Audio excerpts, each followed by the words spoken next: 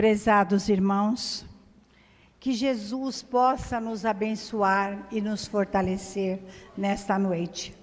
Nós vamos dar início ao Evangelho de Jesus, que é por isso que nós estamos aqui reunidos, nessa noite que para nós é tão maravilhosa. E nós vamos fazer a nossa prece inicial através do coração do nosso José.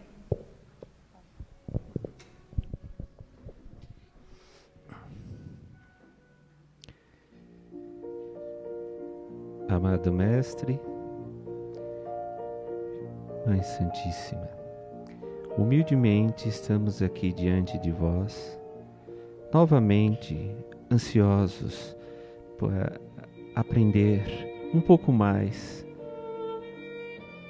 Permita-nos, por alguns instantes, esquecermos os problemas, as dificuldades lá fora. Permitir que os bons mentores nos auxiliem, nos amparando, nos ajudando, nos guiando e principalmente alimentando os nossos espíritos com o alimento do conhecimento. Que assim seja.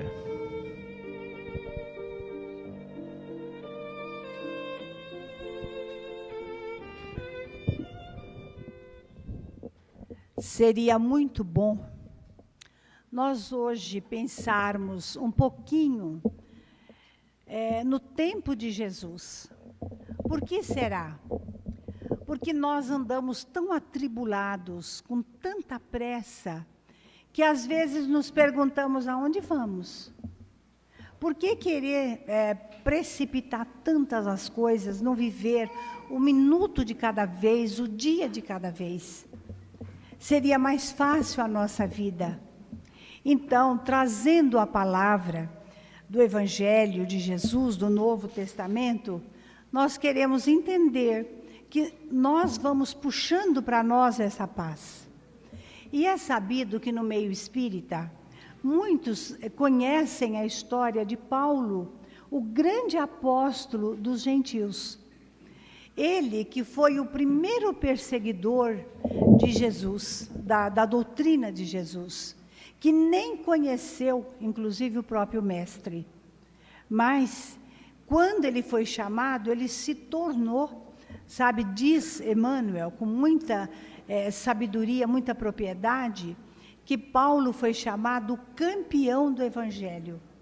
Porque nenhuma pessoa deixou o mundo como ele era envolvido, não é, para responder a palavra de Jesus, para sair para o trabalho que ele estava sendo convidado. Mas poucas pessoas param para pensar um pouco em Pedro, o grande apóstolo, que estava junto com seu irmão André.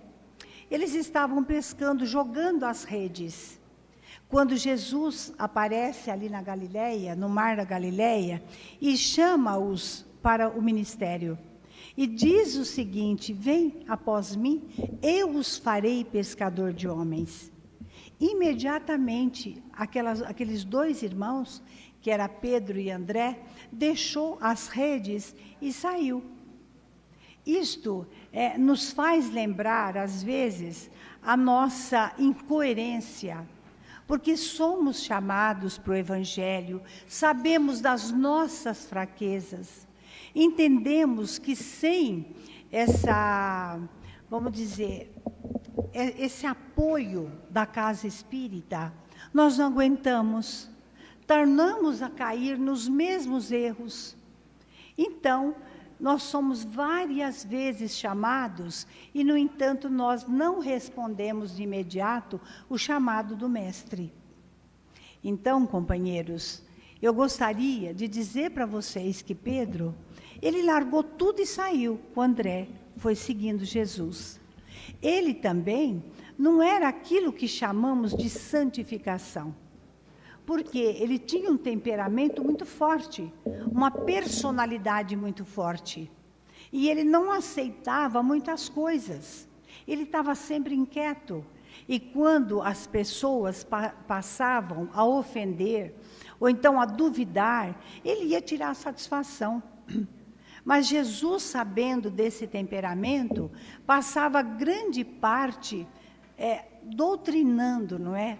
Assistindo-o, para que ele não caísse novamente na mesma tentação. E é sabido que várias vezes ele se queixava da própria multidão. E o que dizer? Que o primeiro evangelho no lar, dentro da doutrina cristã, foi feito no lar de Pedro. Porque Jesus sentia nele uma pessoa muito resolvida, uma pessoa muito determinada. E começou quando Jesus entrou na sua casa, e Ana, sua sogra, estava acamada, cheia de febre. E Jesus segurou-a pelas mãos, como que aplicando uma nova energia. E ela imediatamente sentou-se na cama já melhor, e aí passou a servir Jesus. Nós temos que lembrar também que Pedro tinha família. E ele precisava do dinheiro para sobreviver. Então, ele sabia dividir o pão de cada dia com a parte espiritual. Mas, certa vez, eles jogavam a rede e não acontecia nada. Os peixes pareciam que tinham fugido. E Jesus sentiu a dificuldade. Pediu que eles lançassem a rede do lado direito. E veio um número tão grande, mas tão grande de peixes, que realmente diz que até as redes acabaram rompendo. E também por dizer, não é, que ele foi aquele que chegou, pelo seu temperamento, e falou: mestre, quantas vezes eu tenho que perdoar meu irmão? Ele não entendia que perdoar é desligar-se do ofensor. Que quando nós não conseguimos perdoar, nós ficamos junto com o nosso ofensor. Na verdade, nós estamos criando vínculo com essa criatura.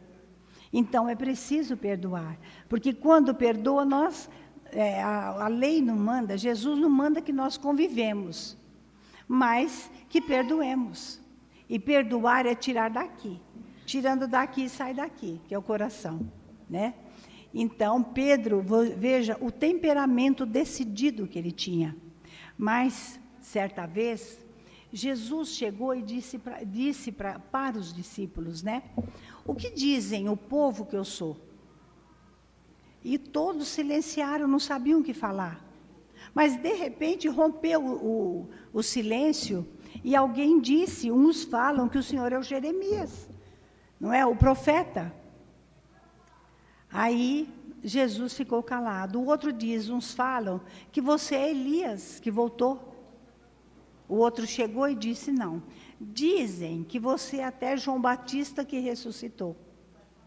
E Jesus, prescutando o coração dos discípulos, então perguntou, e vós, que achais que eu sou? Aí o silêncio foi maior. Quando, de repente, Pedro interrompeu e disse, vós sois o Filho de Deus vivo. Aí Jesus, então, replicou, Pedro, não foi a carne nem o sangue que te revelou, mas o meu Pai que está no céu. E o Evangelho, o Novo Testamento, fala que naquele momento, Pedro estava cheio de Espírito Santo, quer dizer, cheio de inspiração. E que, de repente, Jesus disse, sobre ti edificarei a minha igreja. Agora, eu pergunto para vocês, sobre ti edificarei a minha igreja. O que será que ele quis dizer com isso? As pessoas logo imaginam que ele construiu uma igreja na cabeça de Pedro, que ele ganhou a chave do céu. Não foi isso. É que a mediunidade de Pedro se manifestou naquele momento. E a igreja, mais tarde, o próprio Paulo fala que a igreja sem o mediunismo é que nem um corpo sem alma. Que o que dá brilho nas reuniões, por acaso, não é a mediunidade? Por acaso não fica uma multidão procurando, na época, o Chico Xavier? Por quê? Porque é o brilho da religião, porque se comunica, não é? Se comunica com o plano espiritual e o plano físico. Então, é bem explicado essa situação. É bem explicado. Agora, hoje, com o advento do Espírito da Verdade, que é o Espiritismo, ficou mais fácil. Porque nós sabemos, através do Evangelho, através do livro dos médiuns, através